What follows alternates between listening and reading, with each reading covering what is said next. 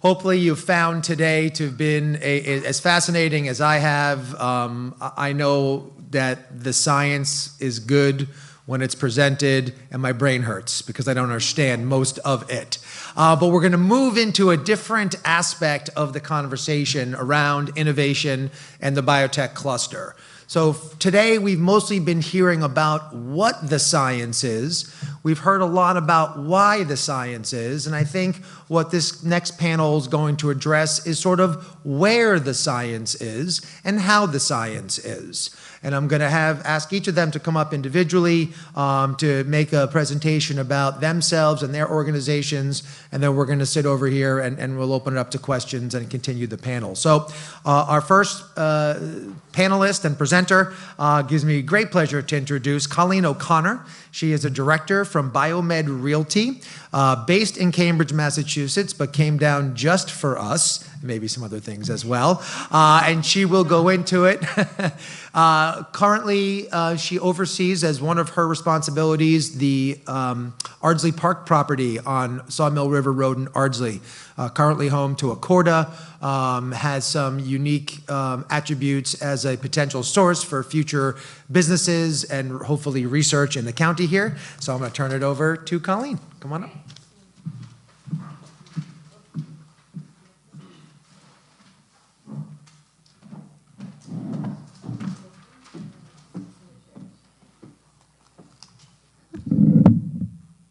So just want to say I really appreciate being a part of this program today, working with both Joanne and Michael.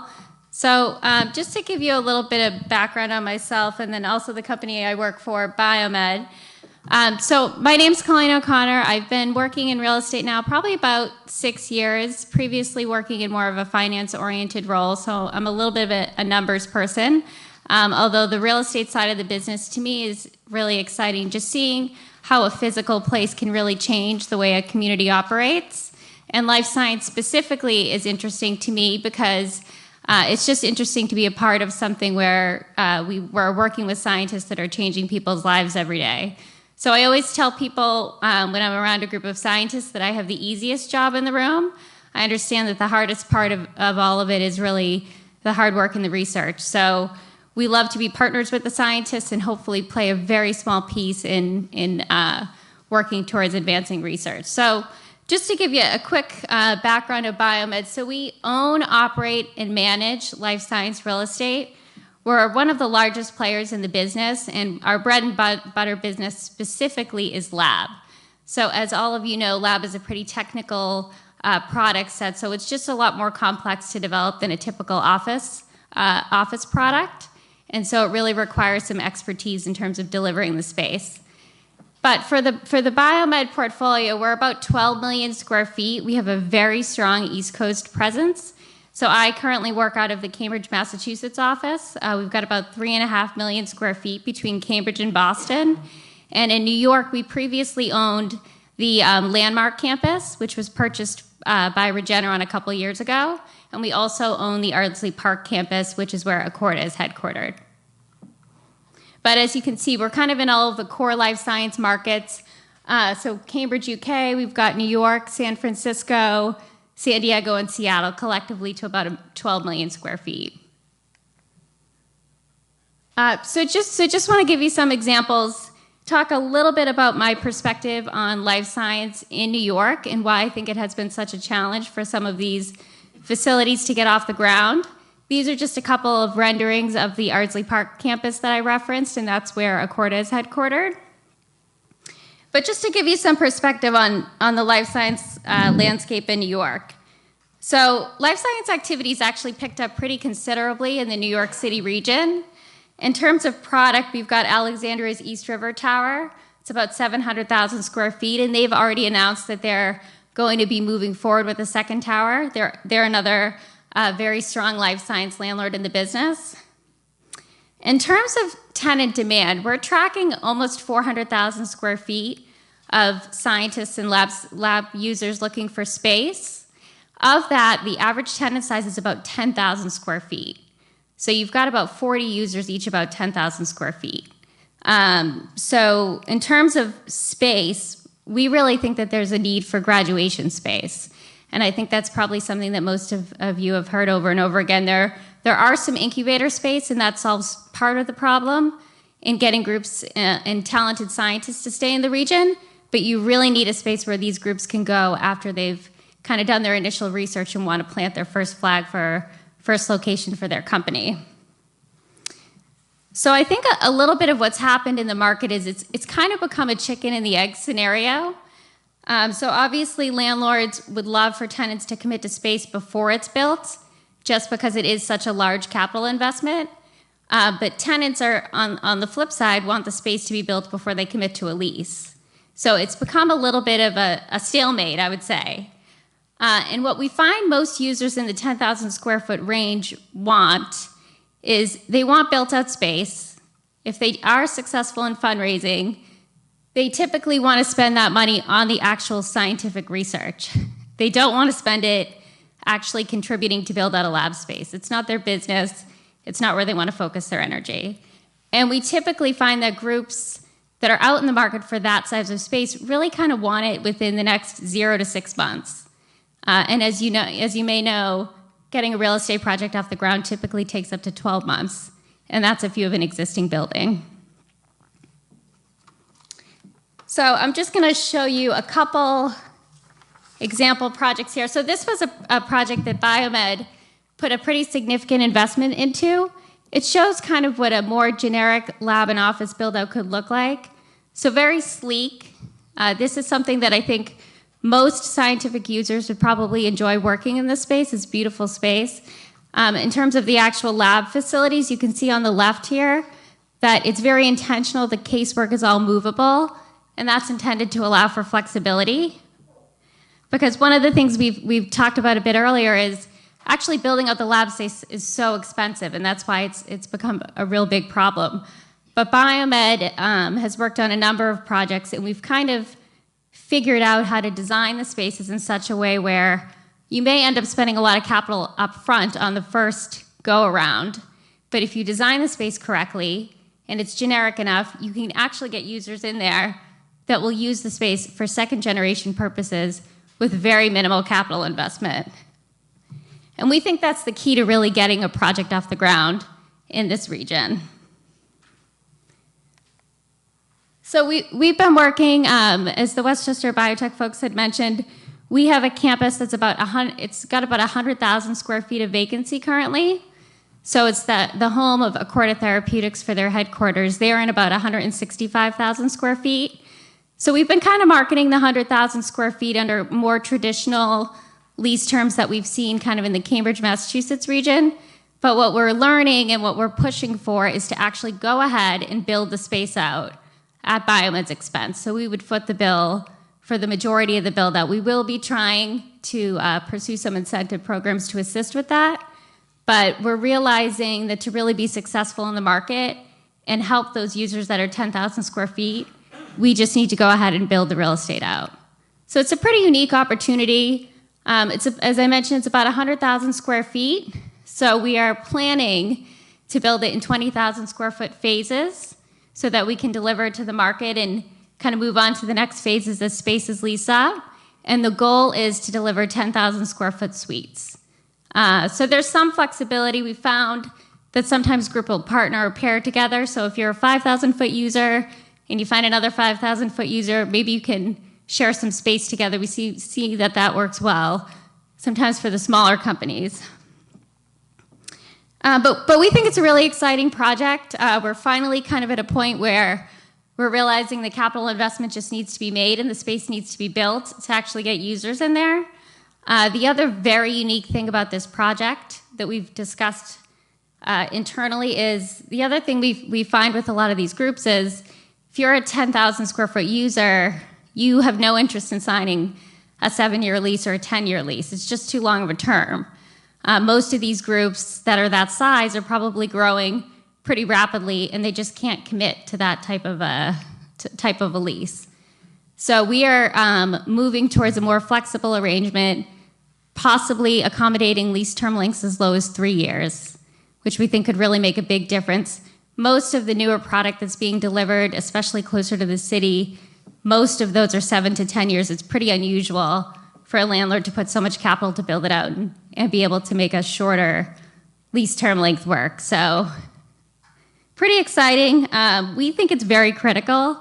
We see the Westchester market really having a strong life science community and a lack of space. So with the Corda, Regeneron, all the academic institutions, the great colleges and universities around here, and we just think we're uniquely positioned with our existing campus to help solve the problem that we're seeing here.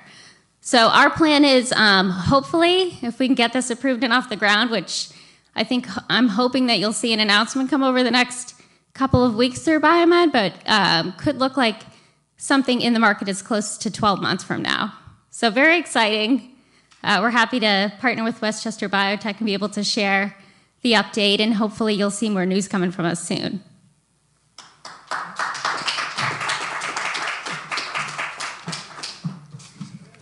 Perfect. Excellent. Thank you. That is excited. Very exciting. Anything we can do to help move that along, just let us know. I also want to say, and in a recent conversation that we had with Colleen, and she shared with us the vision for BioMed Realty and that Ardsley Park space, really complements a lot of the other projects and initiatives that are underway here in the county, whether it's the North 60, you're going to hear from some of our other county residents and activities are going on. So we think this could really slide in nicely. All right, so our next speaker, I am pleased to bring up here, going to talk probably a little bit more about how to get from the bare walls to the usability space, is Richard Zottola, partner from LERA Consulting Structural Engineers. Come on up.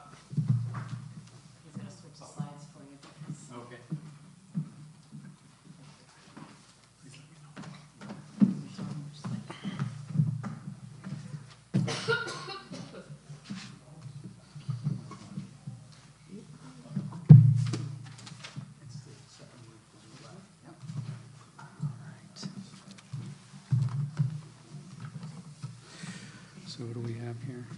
Just have an advance and a back? To the right, no to go pointer? forward. The pointer's right here, this little red dot. Oh, there you go. Oh, great, Okay. great. Right to go forward, left to go back. Thank you. Well, thank you, Michael. Thank you for the introduction. Yeah, I'm a structural engineer. So I feel a little bit out of place here with all you brilliant scientists and academicians. And, but I thought about that and said, well, you know, an engineer, the sort of the root of engineering is science. Now, it might not be bioscience, it's more like Newtonian physics for structural engineers, but at least I'm a distant cousin. And structural engineers, so what does a structural engineer? I don't want to take anything for granted. By the way, do we have any architects or anyone in the design profession other than my partner, Elias Matar, in the corner? Do we have any design professionals in the audience? No. Okay, so then I will tell you what a structural engineer is.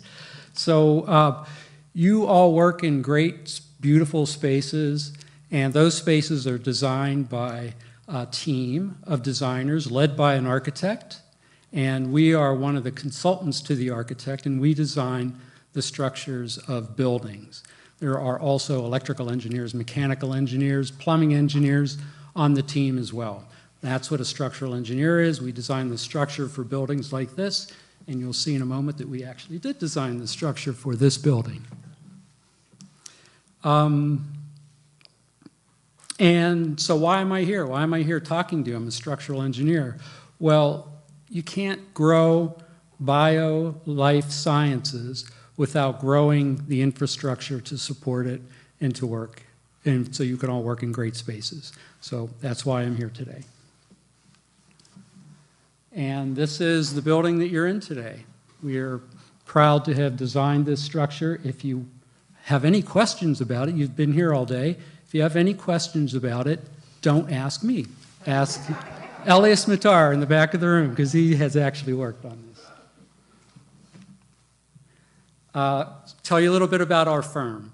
We've been around for 123 years. We're 130 people in 4 countries. Our main office is here in New York, but we also have an office in Shanghai, Mumbai, India, and in Hong Kong.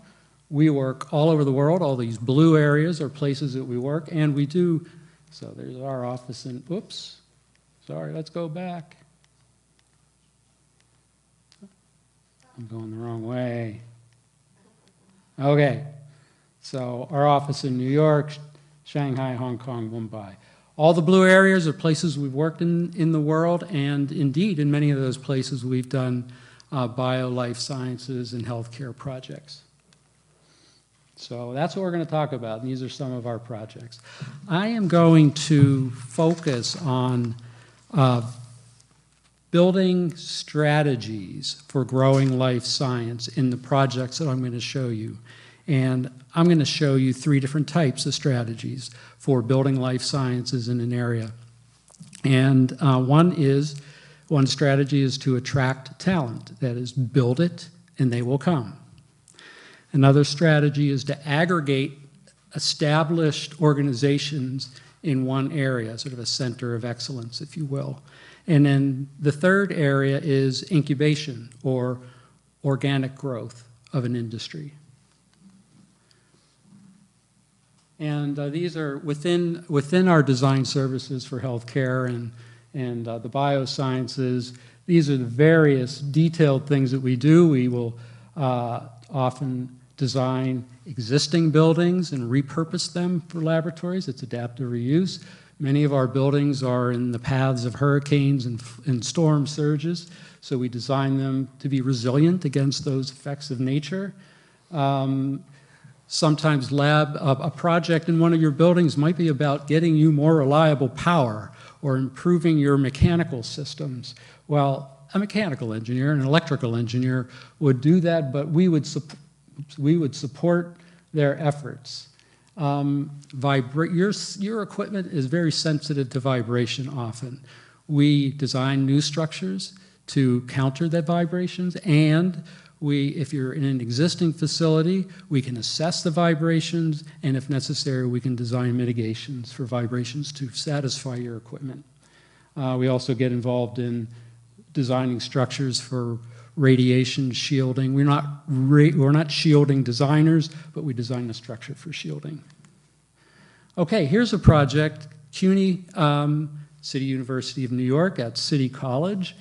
This project is designed by KPF, Cohn Pedersen Fox, a design architect, and Flad is the associate architect. This is Build It and They Will Come. It is CUNY's launching of their Decade of Science. About 12 years ago, they launched that Decade of Science. And here they built a world-class laboratory building to attract talent, and it is working. This is the more organic growth. We did a design for one of the State University of New York, SUNY's first incubator facilities. This is at SUNY Farmingdale. It's the Broad Hollow Bioscience Park. It was built as an incubator, and it has fed a lot of the bioscience growth along Route 110 on Long Island.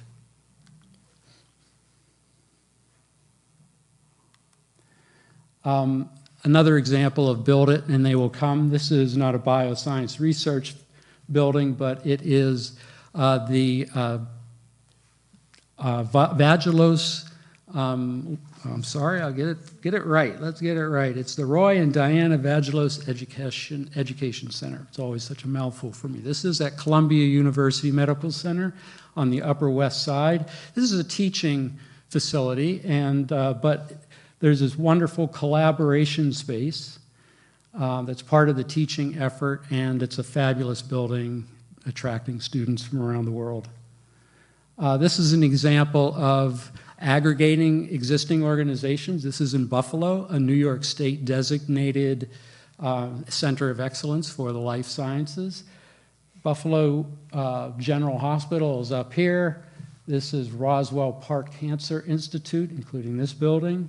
And Hopman Woodward Medical Research Facility is here. And there's a couple of pharma companies, Cleveland Biolabs and Athenix. So it's aggregating a bunch of facilities to create a center of excellence. We designed these buildings. This is bioinformatics. This is a cancer research lab. We designed this building, which is a vivarium. We designed that building in the 90s, which is a lab. And we did all the rooftop stuff on this one. The architect for, go back, the architect for this is Francis Kaufman. The architect for this is NBBJ. And just ending real quickly, an example of sort of grassroots improvement of a facility. This is an example of adaptive reuse. Not really. It's State University of New York in Cortland. They had an original teaching lab building, and it was a 1960s vintage, just really simple brick building, 10-foot, 8 floor-to-floor height, really low for a lab. We didn't repurpose it because it's still used as a teaching lab, but we built a new addition, and we made use of the space, or we accommodated the low story height by putting mechanical systems up on the roof and feeding them the air down through the outside of the building into each floor, because the ceiling heights were just too small to run air ducts. And the architect for that project is Zimmer Gunsel Frasca. So if there's a project where you think we can help you, either an adaptive reuse or building new, we'd be happy to help. Let us know. Thank you.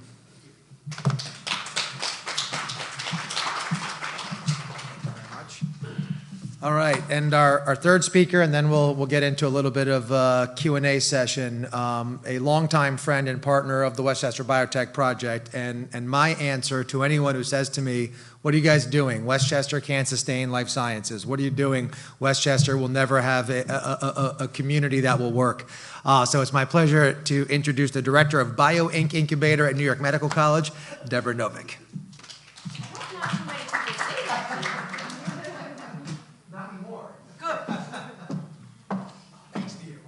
So thanks for sticking around on a long and interesting day. I'm sorry to say I have no slides, so you'll just have to listen to me talk. So yes, I'm the director of BioInc at New York Medical College. We're just around the corner from here. If you don't know anything about New York Medical College, it's one of the oldest medical schools in the United States. It was founded in 1860. And on our campus, we have that very old medical school, a very new dental college, which is enrolling its third or fourth class and hasn't graduated anybody yet. We also have a graduate school of basic sciences and a school of health practice and health science, which turns out physical therapists, occupational therapists, speech pathologists. And we have a school of public health. So we have a really robust campus of graduate students and faculty, and we're connected to Westchester Medical Center, where we have lots and lots of clinicians. So it's a very natural place to have an incubator. There's a lot of IP being developed right there on the campus, and there are scientific advisors all around to assist the startups that are incubating there. So the incubator opened in 2014, and it was built in 2 phases so far. In the first phase, we opened about 4,500 square feet, and a couple of years later, we added another 4,000 or so, 3,000 square feet. So we are almost fully occupied now with 9 startups and an anchor tenant, and they are in wet labs, dry labs, and office space. And just to give you a sense of how incubation is different from the graduation space that Colleen was talking about, so our labs range from 100 square feet in size to 575 square feet in size. So 100 square feet, you can maybe picture that that's a 10 by 10 room if it were square.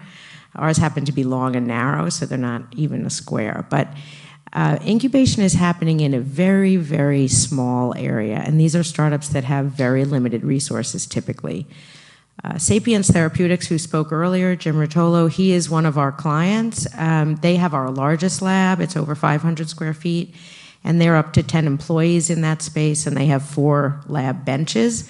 But we have one startup that's renting only one bench from us. That's where you get 100 square feet. And some of our other clients are occupying a lab with 3 benches, so that might be 300 square feet.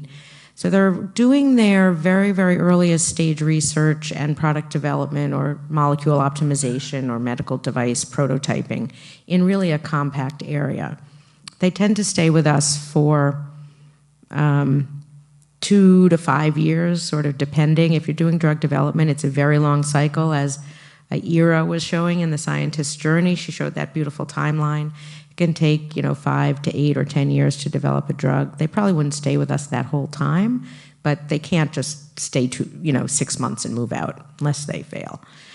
We're very proud of the work we're doing in the incubator. My role really is to support the startups as they move through their development process. So every company is founded by a PhD scientist. Most of them have never been a business owner before.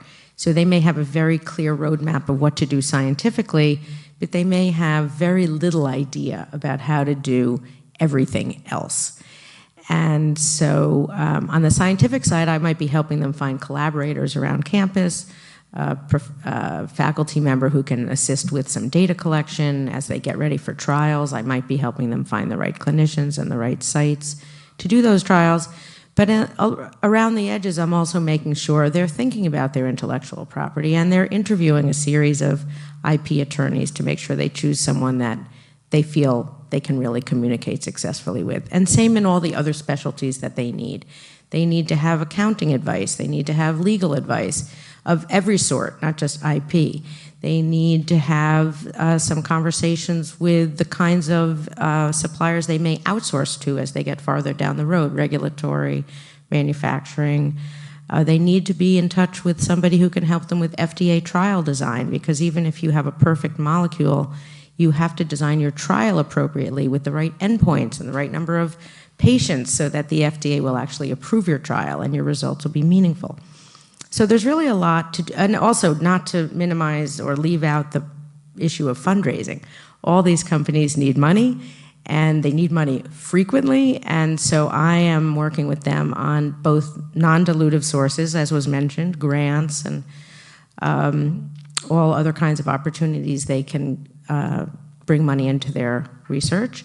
But also, they need practice in developing their pitch deck and how to answer questions as they go out to meet with potential investors, angel investors, seed investors, venture capital investors.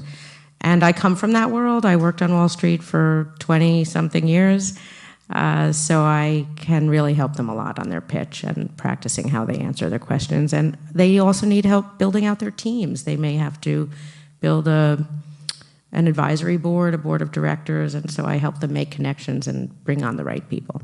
So that part of the work is really, really engaging for me. I really love that. An issue that does come up, though, is this issue of graduation space, and I know that's one of the things we're here to talk about. I think it's really, really exciting that there's more than one project on the drawing board. We've all known about the North 60. It's great to hear there might be some other opportunities. No one project is going to be right for everyone, I suppose.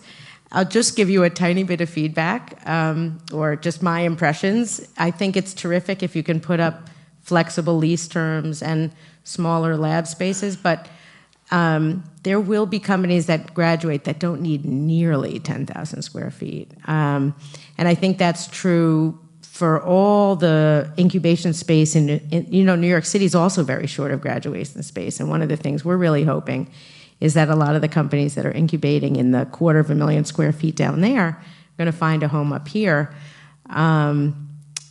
And they're also working in teeny tiny spaces. So it's a little bit like when you try to move from a studio apartment to, a 1,400 square foot house in the suburbs. You think you're living in a palace, and then 3 months later you realize it's kind of cramped. You wish you had more space. But I don't know how flexible your plans are, but if there's any way you can make some of the spaces even smaller than 10,000 square feet, I do think you'd find a ready market for people who need 2,000, 2,500, 5,000 square feet. Sharing may work, I don't know. But I do think that it's a big, big leap from just taking Sapiens, a 500 square foot to a 5,000 or a 10,000 square foot.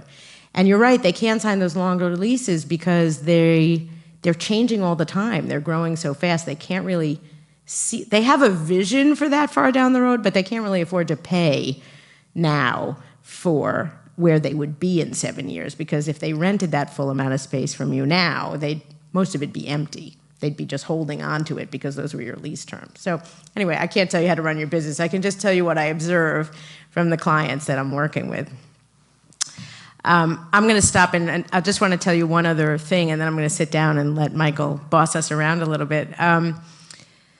So I mentioned that we have 8 or 9 startups and an anchor client, which is a computational genomics unit of Philips, big Philips, in our space. And we really only have 1 empty lab bench, but I continue to meet companies that want to move in, which is great. We do have an expansion on the drawing board, more small spaces, not big spaces, but we're adding, hopefully in the next few months, some private offices and a big co-working space and some additional conference room space and a collaborative event space. Right now we literally have nowhere for people to eat their lunch. And we have 50 plus people in our incubator already. And so they eat in the conference room if it's empty, and they eat outside in the nice weather. But it'd be really nice for us to have some additional space that allows people to mingle and meet and eat their lunch comfortably, and allows me to hold events and do some programming that supports the startups in all the different arenas I was mentioning before. And because we'll have some additional private office space, I'm hoping to attract a lot of new companies.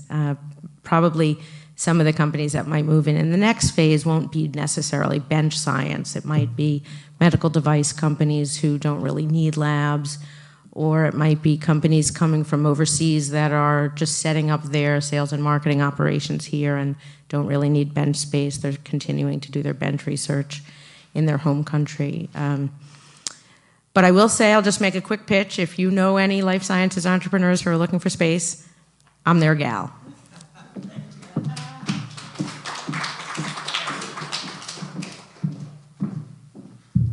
Okay.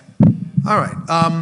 So I want to open it up first to questions in the audience. I have some if we want to just keep the conversation going. Does anyone have any initial conversations for any of our panelists? No, that's okay. All right, so I'm going to start. So clearly one of the goals that we're trying to achieve today, and hearing from Bridget Gibbons this morning, is trying to build this sort of coalition here in Westchester to support all of your areas of expertise and achieve all those goals. And Deborah, I'll just start with you, and maybe the question is, what do you think, or what should we be doing as a community to support driving new businesses into your center, to support the idea of growing those businesses and keeping them there? What's something that we can do as a community? Oh, press the button. Hold down that button. Is this on now? There Okay. you go.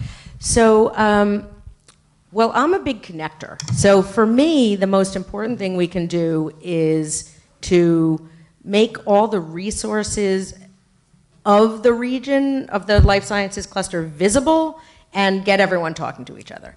I think the more collaboration that we have, the more opportunities will be uncovered, and the more vibrant and visible the whole cluster will be. So if we want people to know that we exist as a region and as a life sciences cluster, we need to be talking a lot more and sharing our news. And the more we collaborate and the more we know each other, the more we can amplify each other's news. So whatever anybody's doing, I would love to know about it. And there are actually 80 or 90 life sciences companies in the Mid-Hudson Valley region, not just right here in Westchester, but thinking of the broader region. And I haven't met most of them. And I don't know if they know each other. I think that nobody outside our region knows they're there. Most people inside our region don't know they're there. So we don't feel very much like a region. We're barely on the map. I think the more we can get everybody together, or get subsets of people together, get the news out, the more vibrant this area appears. I mean, not just appears, but if people can see it, they'll be more willing to come here. Because I think if somebody's considering getting a job here, moving here from another region, even if it's just New York City, one of the things they might be afraid of is, well, what if this first job doesn't work out? And then I'll be maybe stuck. Maybe there's no one else, no second employer that I can speak to. And that feels very risky. But if you know you're coming to a place that's dense with opportunity because there are a lot of players, then you're going to be much more likely to think that's a low risk. So for me, the thing that we can all do as part of this cluster is be in collaboration, be in communication, and share the news. Yep. And you touch on a point that is a term that we use, which is opportunity density, and it's just having a unified voice to tell the world outside of Westchester, look at all the great stuff that's happening inside Westchester. And there is a lot going on here. You've seen a lot of it today, but it's all happening in silos and disjointed. And so I agree. A unified voice, and I want to give credit to Bridget Gibbons for at least hearing that message and wanting to try and drive that in some of the county government's activity. I want to ask Richard, if in any of these projects that you've seen in other areas, are there any sort of best practices that you've seen from whether it's the municipalities, whether it's the local business community that helped support get those projects sort of over the finish line? Yeah, sure. First, I would like to carry on something that Deborah just said. I live just a few miles away, so I will make a great shout out to this area. It's a great place to live. I'll start the communication now, right? I really think, and what I've seen is that our governments can get involved in a big way in promoting incubation facilities, promoting centers for excellence, and we need to back our governments in those initiatives. They create great opportunities for cities. Buffalo is a place that has been hurting for a long time economically with the decline of industry, and creating a center of excellence in Buffalo has been a really great thing. And there are other places throughout the state where the state has started an initiative to create centers of excellence. So it's interesting though, that's kind of the macro level of promoting a bioscience facility in this case. But I think on a micro level, once you have a facility, it's really important once you draw the talent to keep them. And within the design of the facility, if you can create opportunities for the inhabitants, whether they're of the same company or different companies, create opportunities for them to collaborate, work together, and build synergies, and just make the location very vibrant. Regeneron does a really good job at that. Excellent. And Colleen, so obviously you come to us with a massive data set of experience and examples from BioMed Realty. And obviously, and we've heard today, just the way business is being done is evolving and changing and clearly driving some of your decisions. Are there any examples of how business has evolved in some of your other areas that you think is a good lesson for us here in Westchester to sort of recognize and move forward accordingly? Yeah, I think in terms of what we see making the market successful for Cambridge, Massachusetts, one of the lessons is the idea of actually building a cluster. So we've had, if you think about the North Valhalla project as an example, when we heard the news on that over at BioMed, we were actually super excited because from our perspective, life science companies want to locate in an area where there's a cluster building. One of the first questions we get from tenants, even in Cambridge, Mass, it's kind of the suburban area outside of Cambridge, Mass, is where is the cluster, where are other tenants located? Because the life science business by nature requires collaboration, and scientists want to be near other scientists. So I think it's really critical to start to build a cluster, and some of the cluster is here between the academic institutions and research going on, but the missing piece seems to be some of these lab spaces. So with the North Valhalla project, we think that's really exciting because it's a larger project. It's probably not going to deliver just because it needs to construct physical new buildings, probably 4+ years out. Whereas we have an existing campus where we have an opportunity to kick things off and get a few groups in there within the next year. And then I actually think our project is good for them too, because at some point, if we're successful with our project, they're more likely to be successful with their project because we've started to help build the cluster. So we really see it as an interactive model where when other groups are successful and the researchers are successful here, it builds the cluster. And I think that's probably the most critical thing to really get a location on the map. And once that starts to build, the momentum will pick up. We see that often. So most of my properties with BioMed are right in the heart of Kendall Square in Cambridge, but there's been some areas that are probably 10 to 15 minutes out that had historically never been a cluster. But once the first user moved there, and the momentum starts to pick up very quickly. And I think that's something that this region could look to replicate with its proximity to New York City and with the existing talent pool that's already here. Absolutely, thank you. And we agree, obviously, that's why we're all here, and we believe that all I need is 20,000 square feet or $5 million tomorrow, and we're ready to roll. All of our problems are solved. Any follow-up questions for any of our panelists from anything that we've discussed or said or omitted? Or remember, the bar is the Valhalla crossing for when we're done. Yo, we have a question. I'll repeat it. The idea with, and I'm hearing what Deborah's saying about some of the companies in very small spaces, and with the flexibility that you're building into leasing, is it possible to be able to phase, to say, we think we want 1,000 square feet this year, but we want the option to grow and grow and grow, to be able to grow in place?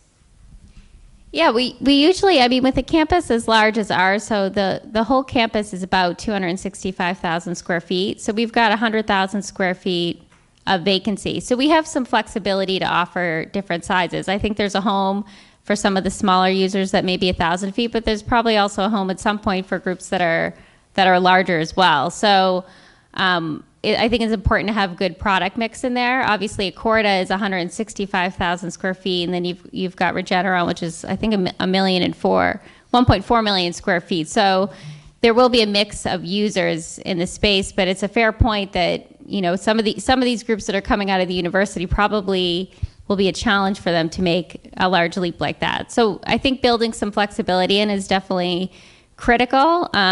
You do run into a little bit of a space efficiency problem when you try to divide space up in very small pieces, especially if you don't have an operator that's physically kind of running a lot of the shared lab services for them. So that's something that we'll have to think about. And if we're able to rent all that 95,000 square feet today, will you become a Yankee fan? I don't know about that. Red Sox. I can't give you that. All right. Okay. And one thing that I will just say is we have a number of initiatives underway that are all geared to address a lot of these questions about what do we need for an expansion center? Where do we need to find the companies out of New York City? I mean, I referenced the SpringWorks deal that was signed recently. It was a company in New York City that just signed a 7-year lease for 23,000 square feet in Stamford. And while I would never stand up here and say, oh, they should be in Westchester, I will stand here and say, why wasn't Westchester even part of that conversation as a place to land? And whether their CEO lives in Greenwich or not is irrelevant. I think that's a place that we can be, and I think that's a place where we need to drive ourselves to be able to recruit those companies. Time done. Well, why don't I see if any last comments from our panelists? Let's start there. Colleen, any final words or last thoughts? Yeah, I'll just say I'm excited. BioMed just recently signed a partnership with Westchester Biotech, so hopefully you'll be seeing myself and more of my colleagues here more regularly, but excited. Most of us are located in Cambridge, Massachusetts, but we think that there's some lessons learned and best practices we can bring from there to here and hopefully get a successful project going. So awesome. We're excited. Well, we're excited to have you as well. Thank you. Richard? No, not really. Michael, Joanne, keep up the great work. Thank you very much. We'll take those short statements all the time. And of course, Deborah. Well, I guess I can't miss a chance to have one last word. I guess so. I said when I left the microphone over there that if anybody knows any life sciences entrepreneurs, they should send them my way. But really, in addition to that, I also very much need and enjoy meeting with investors who invest in early stage life sciences companies. So if you have relationships in that arena as well, I would very much like to meet them. And Colleen, if you ever want to come over and talk to the clients that are in the incubator or see Absolutely. how we have it organized. I'm sure you know more about lab space than I know, but I would happy love to to. host you. And if you're ever in Boston, we'll show you some space. in Okay, Kendall. sounds great. All right, our next event, group tour of BioInc. Last call for questions or comments on emerging models. Going once, going twice, sold. All right, panelists, thank you very much.